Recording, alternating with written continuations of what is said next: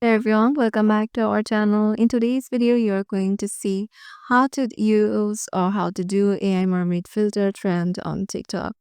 So you might have seen this trend doing people on various platforms like YouTube, TikTok, or Instagram. So all these are made with TikTok's AI mermaid filter. So let's see how we can use that. For that, we have to head over to our TikTok application first. Once you go there, make sure you have logged in into your desired account and then head over to the plus icon on the bottom middle corner. And then from here, just head over to or just scroll to the right and go to the effects section. Now go to view all effects. So you might find the AI mermaid filter in here in the trending section.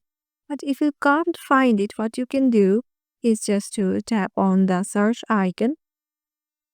And here, tap on the search bar and search for AI Mermaid. So, as you can see, this is the AI Mermaid filter. Already 10.5 million videos have been made with this AI filter.